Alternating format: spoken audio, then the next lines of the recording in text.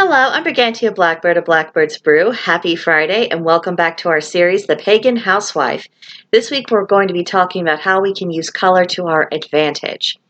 One of the simplest and the least expensive tools we can use for magic, especially in the home, is color.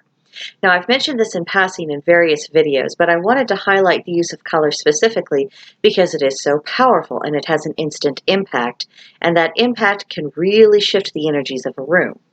And also, and my other motivation is I think it's past time for there to be a critique of the near exclusive use of neutrals within the home. I don't think it's good for people psychologically, and I don't think it's conducive for magic either.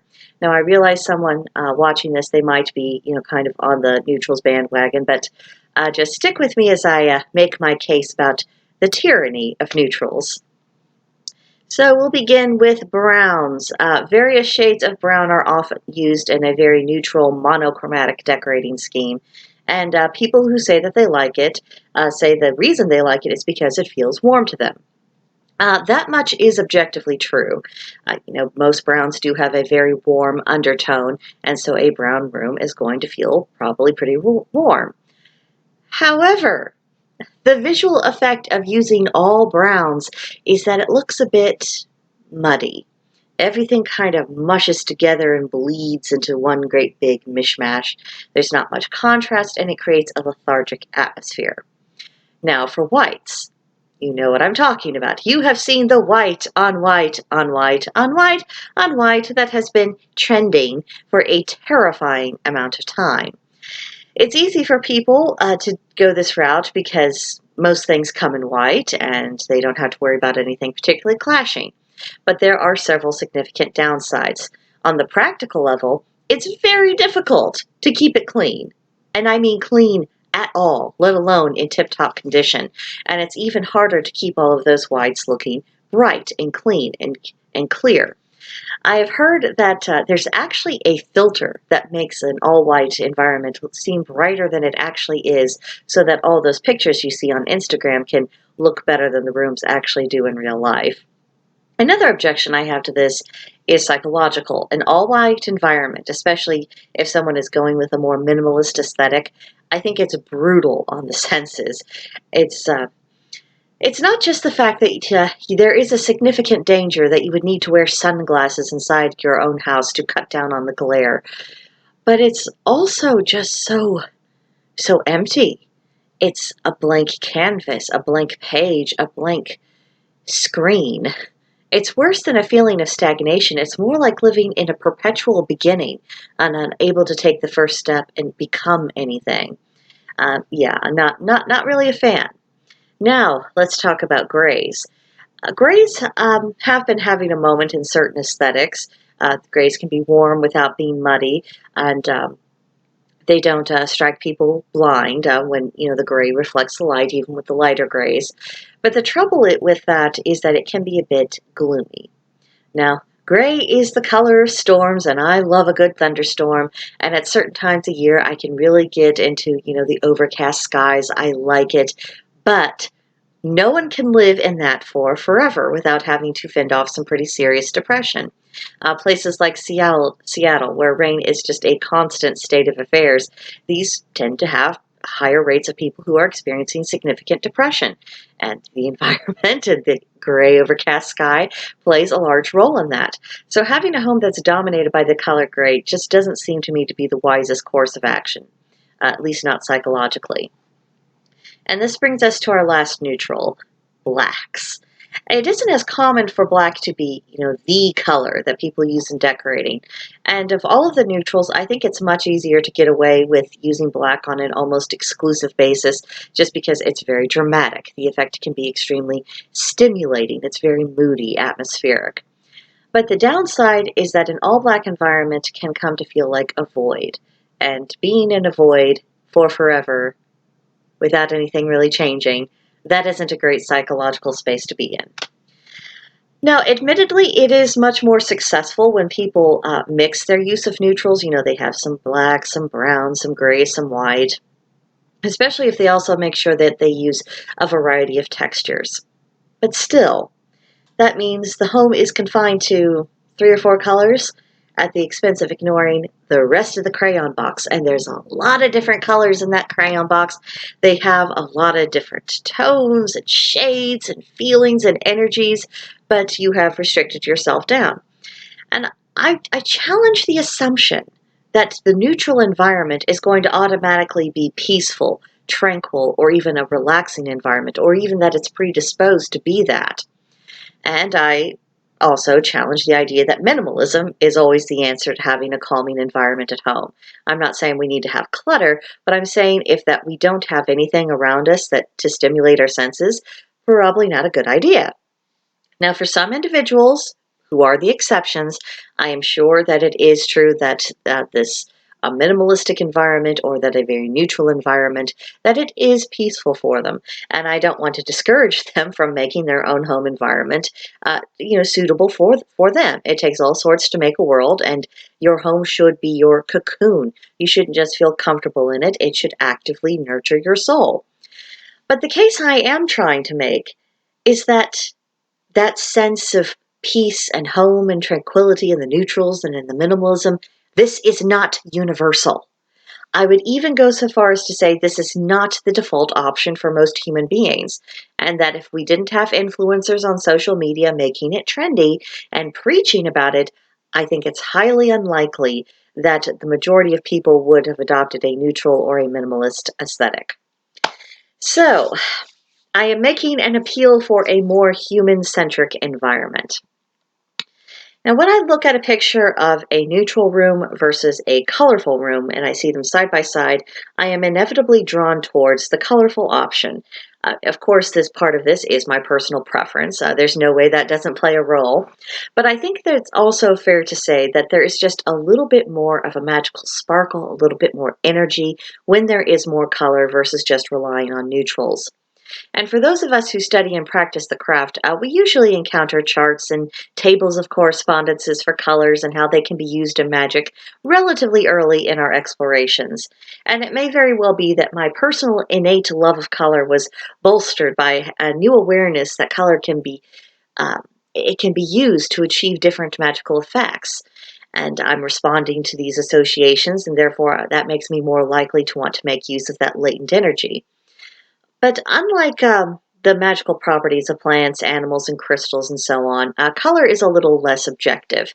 And it's easier to define how we can use our herbs or a feather or a pretty rock for a specific magical working than it is to do the same for color, because how we react to color is much more subjective. People have different favorite colors. They have different least favorite colors. Some people prefer very cool tones. Some people prefer very warm tones. It's complex, and it's also affected by our personal experiences, our memories, what we think is suitable for a setting. And just a word about setting. Just imagine if someone decided to decorate their bathroom in yellow and brown. The colors of human waste in a bathroom is not going to create a good environment because it isn't fitting. So if we do choose to embrace color, where we use certain colors, um, it will be affected by what's actually suitable and fitting for the environment. And that will affect how we perceive those colors and whether or not it makes the overall home a more magical place. So there's a lot involved here. So we're going to touch on magical color correspondences. These should be viewed as guidelines, not commandments carved into stone tablets. I made a few notes, and we'll just go through the rainbow.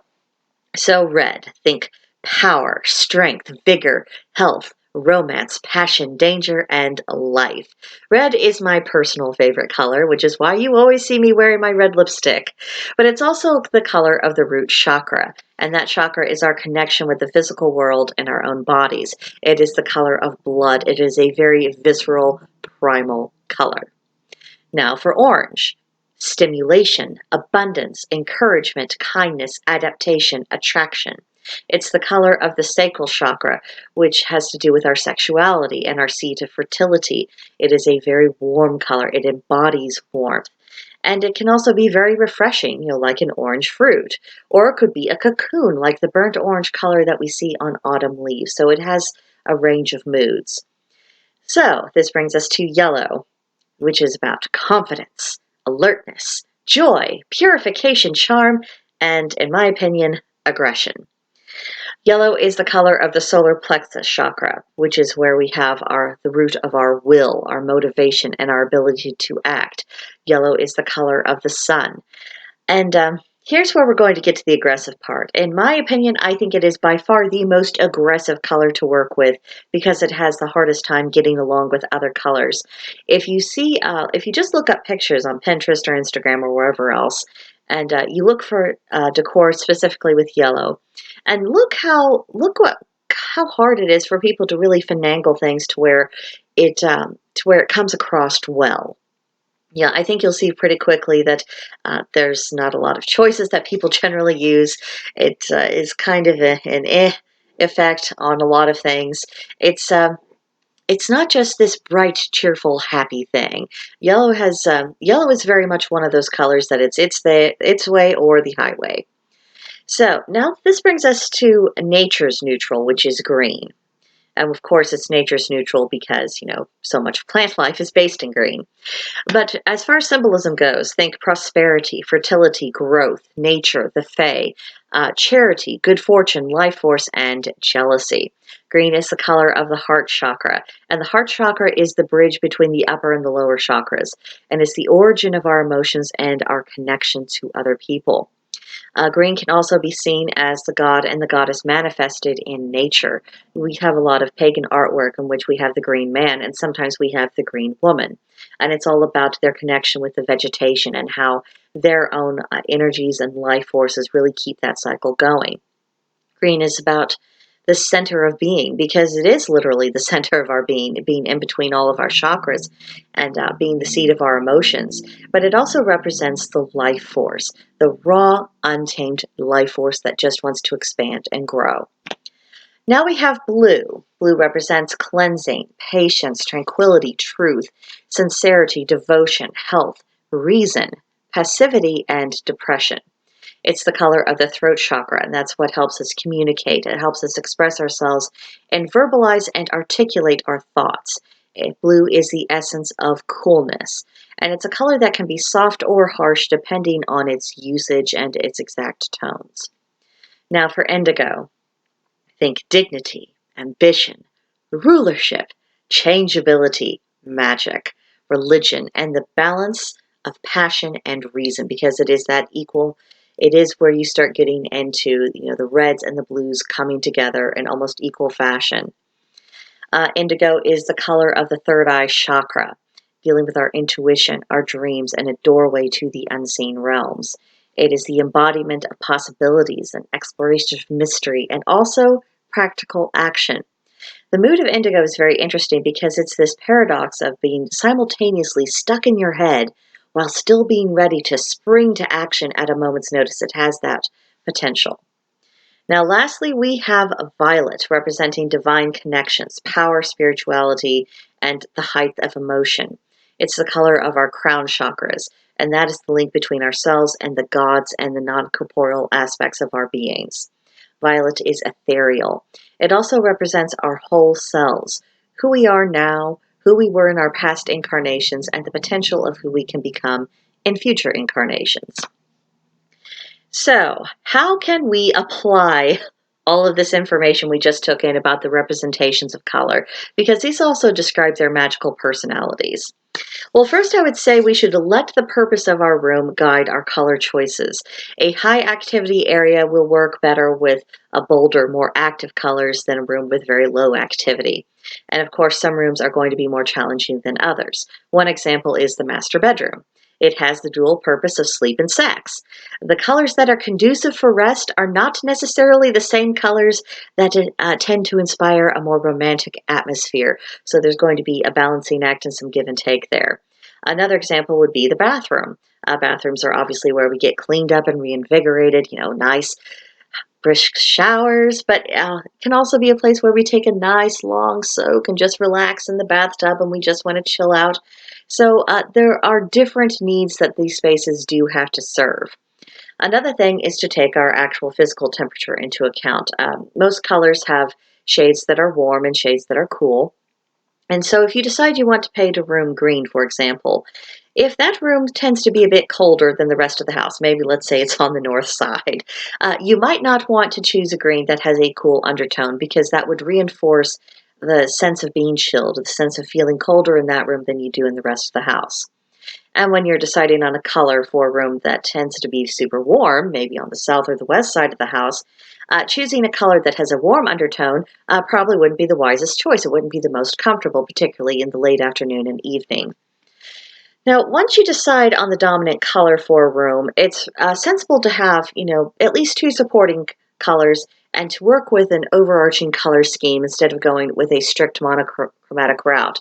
If you go monochromatic, not only is it more likely for the environment to be overwhelming, but you will fall into some of the same pitfalls as when people use neutral colors in a monochromatic way, only you'll have a much louder energy at you than you do with the neutrals, but still. Um, yeah, no, not something as a rule that I would generally advise, and I don't think for the same reason why I would be against an all-neutral environment, I don't think that would necessarily serve magical purposes either. So, if you're looking for some color scheme inspiration, paintings can be very helpful, as are fabrics that you like, china patterns. There's a lot. I mean, just look around you. Look at something that has, 2 to 3 colors on it and that you think just looks pleasing and works together well, and you can start building off of that. Now, once you have decided on a color scheme, don't feel pressured to match all the colors absolutely exactly.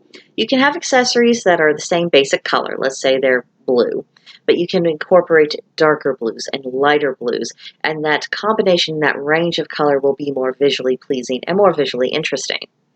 Another benefit to using a color scheme of, 3 or so colors is that it creates a more nuanced atmosphere, and that can help serve the purpose of the room and the kind of energy you want within it, especially helpful in rooms that serve more than one purpose as the aforementioned master bedroom, bathroom, or any other room that has to serve a variety of tasks in your home. So, let's talk about seasonal shifts in color. You may find yourself in the camp, either by preference or by necessity, of having to keep the bones in your rooms very neutral and that you are going to have to accessorize with seasonal colors. Nature is actually a very good guide for us on this. You can take your inspiration based on the colors you see every time you walk out the door, and then layer in decorations for holidays and sabbats on top of that base and just kind of shift, from winter to spring to summer to fall. Or another thing you could do is to look at seasonal color analysis palettes. You can find these all over the internet. And then use that palette as a guide and then change up the colors that you use in accessories. Another option is to let our celebrations that take place within a particular month determine what colors you make use of, because there's always going to be specific colors that are traditionally associated with certain celebrations. This can be very helpful if you're one of those people who likes to change things up frequently, kind of like I do. Obviously, going this route means that you cannot be breaking the bank every single month, and your collection of accessories that you switch out is something that will need to be built up gradually over time. Now, if there's a particular palette that you really love over and above the others, that is absolutely fantastic. It will simplify your life because your decor can be rooted in those same tones, and it's just a question of what colors get emphasized during a particular season. Maybe you would emphasize the lighter colors of your palette during the spring, very bright tones for summer, then emphasize the cozier colors for autumns and the deeper and darker colors within that palette for the winter. Another guide for choosing colors in the home is to look at what you have in your closet. What you like and what makes you feel good can probably be found in your clothes. And we instinctively know what colors we lean towards depending on our moods or what activity we're doing, as well as what textures we prefer for different seasons. And this can be a start for how we brainstorm about the kind of decor we bring into our homes. Now, however we choose to use color in our homes, we are creating an atmosphere that reflects the magical properties of those colors. It isn't a question of whether or not this atmosphere will be created. It will be. It's just a question of are we creating it with specific intention or not. This is a relatively easy way to infuse our homes with a magical atmosphere that we want and to tailor it to specific rooms. And it could very well be that all we need to do is just rearrange what we already own in order to achieve the desired effect. So I hope you will decide to play around with this a little bit, kind of chew over the concept. Because as always, when we are keeping house, when we're pagans, and especially if we practice the craft, it's not just the physical items in and of themselves. It's also the other layers of meaning that we've become aware of in our studies. So I hope you will decide to make very good use of the magical correspondences of colors inside your own home. So if you'd like to continue this discussion or talk about any other magical or pagan topic, I hope you'll come visit me at Blackbird's Brew on Discord. There is a link to join in the description box below. In the meantime, please do subscribe to this channel, like the video, leave a comment. I'll see you in the next one. Bye.